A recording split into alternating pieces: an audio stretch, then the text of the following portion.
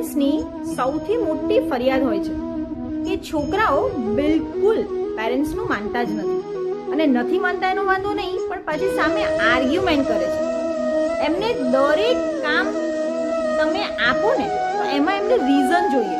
આવું કેમ કરવાનું, આવું કેમ નહીં કરવાનું, કેમ? કારણ કે અત્યારે એમની આજુબાજુનું વાતાવરણ જ એવું છે.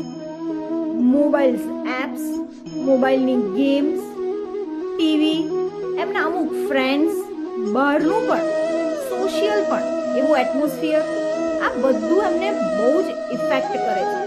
એમાં એમનો વાંક નથી.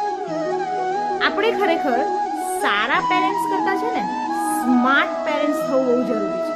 કહેવાય છે ને કે પરિવર્તન થવું વધારે જરૂરી છે. એવી રીતે આપણે પણ પરિવર્તન કરવું જરૂરી છે.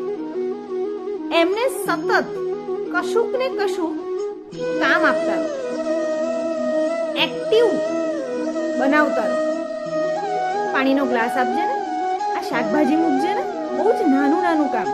હવે વેકેશન છે, મારો છોકરો તો વ્હીકલ ચલાવે છે, બોલો.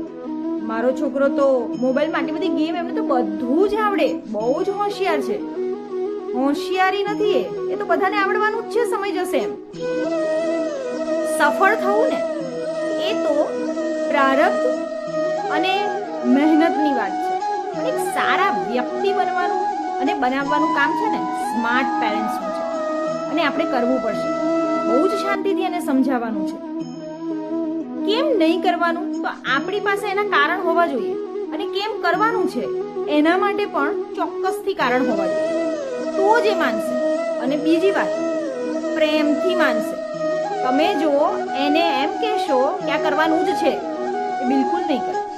પણ તમે એને એમ કહેશો, બેટા આ કામ આટલે કરવાનું છે અને આ કારણથી કરવાનું છે. અચ્છા એવું છે, તો કદાચ આવું વિચારીને એ કરશે. એટલે જ સારા પેરેન્ટ્સ કરતા છે ને સ્માર્ટ પેરેન્ટ્સ બનવાની જરૂર છે.